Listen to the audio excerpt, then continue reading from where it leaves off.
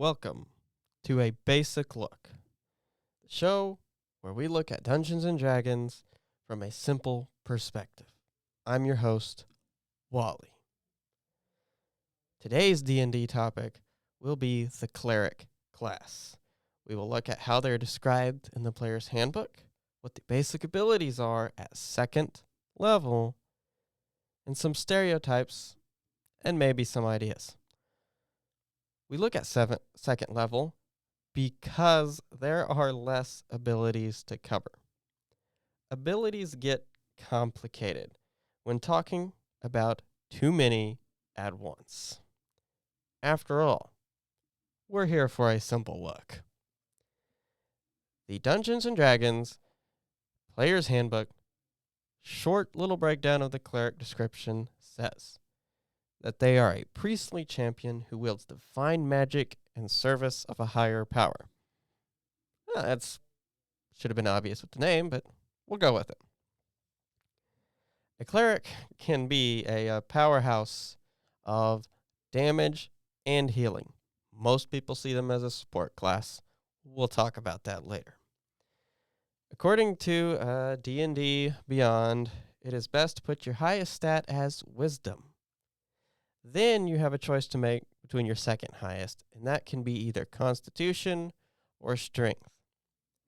Wisdom needs to be your highest stat because it makes your spells much, much more powerful. However, with the Constitution and Strength, you have 6 and 1.5 dozen of the other choice. With Constitution, you will get more health, and you will be able to keep up certain spells longer, because there are spells that require you to concentrate on them. And if you take damage, you have to roll a dice and add your Constitution modifier to that. So, Constitution will help you keep those long-lasting spells up longer in the middle of combat. Strength will help you with having armor and how much damage your melee weapon will do, because cleric will usually have a melee weapon.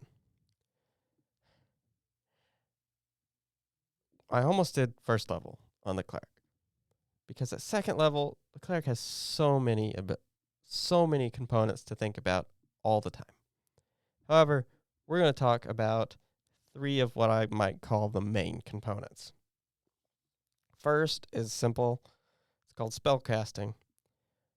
At first level, you gain the ability to cast spells.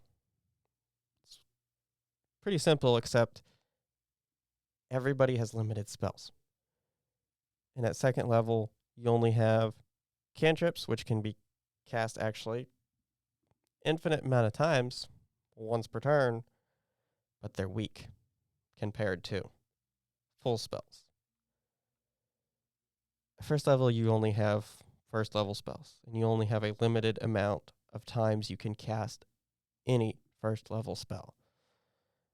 So you have to keep track of that and note when you do cast a spell and when do you not want to cast a spell. And that can get kind of hard to think about, but if you can think on the fly, it's really easy. Or if your DM gives you time to think about stuff, go for it. Now, another thing about spellcasting is we talked about Constitution and having to keep some long-lasting spells up. Those are called concentration spells. You cannot cast 2 concentration spells at the same time and keep both up.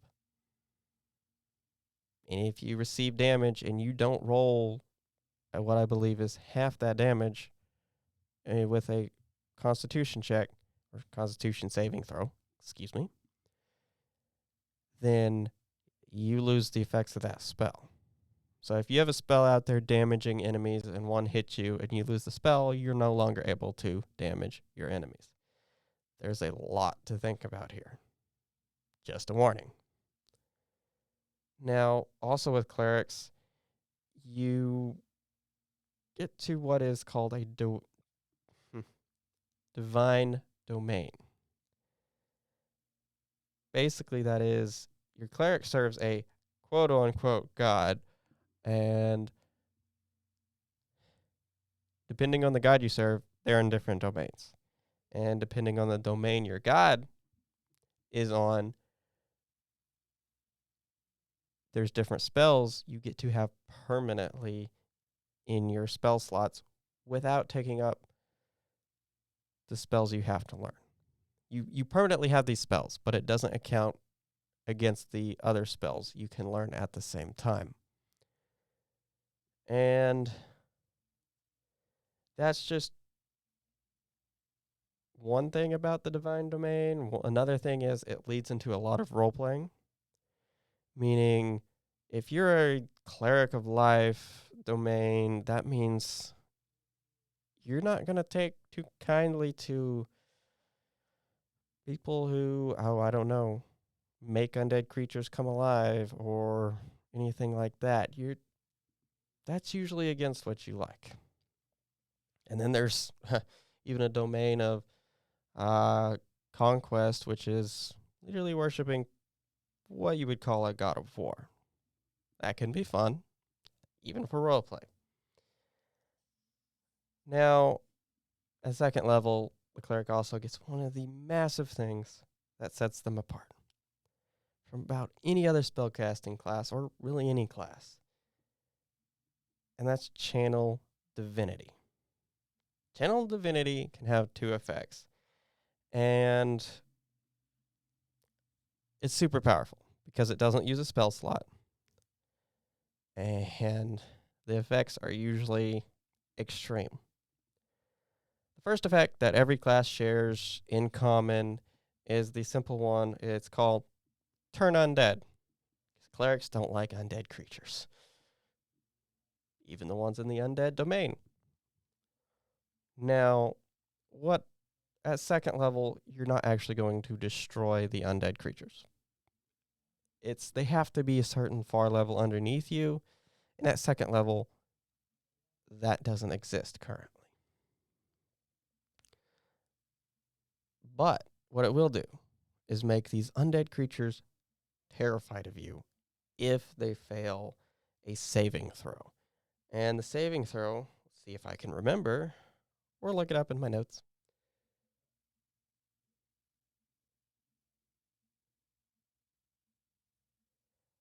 I believe it's a wisdom saving throw. Correct me if I'm wrong. If they fail this, they cannot come within 30 feet of you. By the way, most undead aren't going to be using ranged weapons. They also can't attack you. If they're in that 30 feet, they have to take their action to dash away. They have to get away from you no matter what. Unless your allies or you damage them, or somebody damages them. Make sure your fellow players know when you're casting this, don't hurt them if they're running. Teamwork. You need teamwork, especially at second level. If you're facing undead at second level, I'm sorry, your DM is really taking you through a difficult campaign. It can be fun, but know that you're in for a treat. The second ability, I can't pinpoint this down for you because every domain, again, has its own take on this second ability. It's why you look at all the domains you possibly can before choosing your cleric. You do this for any class, but cleric, the divine domain, just influences how your character plays, who your character is. If you decided who your character is before this, then look for the divine domain that fits your character. Don't have the life domain if your character's perfectly fine with raising the dead. It doesn't match. I say pick your class and your divine domain for your role-playing aspect and not just the skills and the abilities you get. You're going to have more fun if you choose for roleplay than just skills. And that's where it comes into the stereotypes of the cleric. And that's usually, oh, they're always a good person, or I'll heal you only if you do this for me kind of person, which it's kind of an interesting take.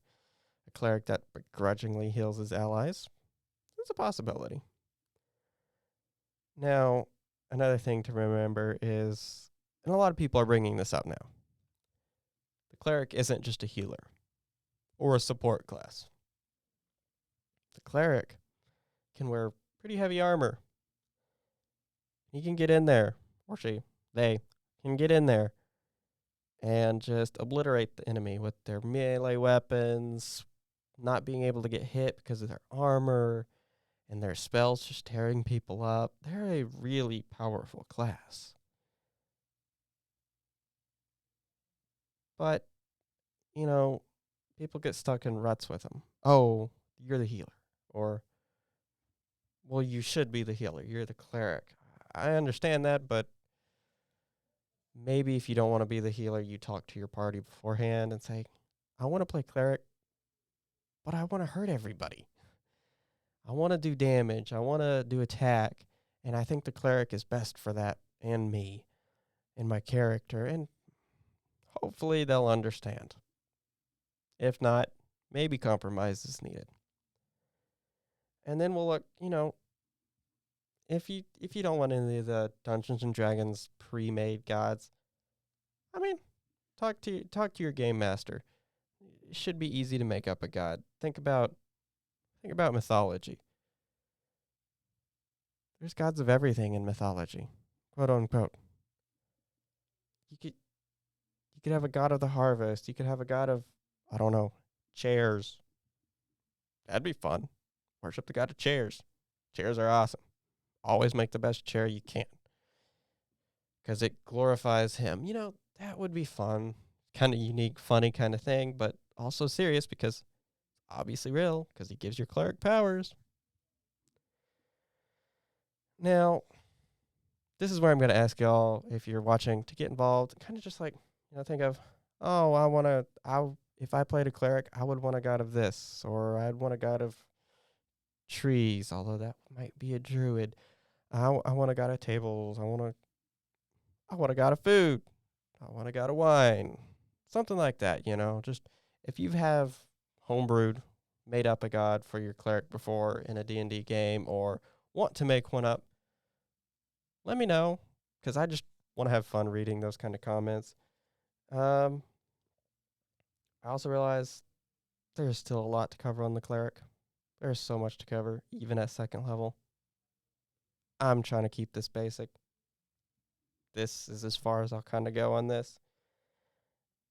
And as a disclaimer, there's going to be a lot of experienced players trying to keep new players from playing the cleric.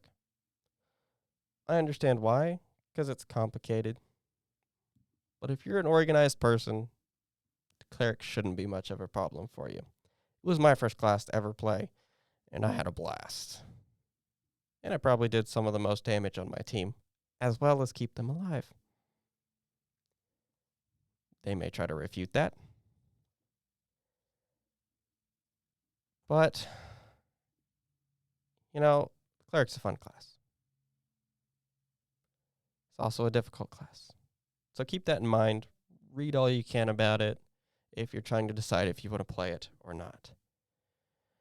But until next time, that's all I have on the cleric.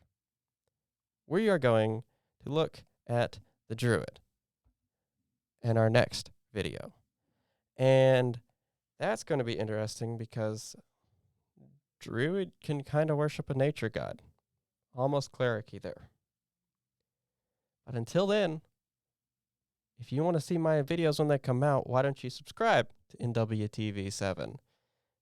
And you'll get to see a bunch of other content that's pretty cool, like sports, photography, travel, about trains. I know the guy who does that train videos. He loves trains, and you'll find some interesting facts. Till next time, who will you be?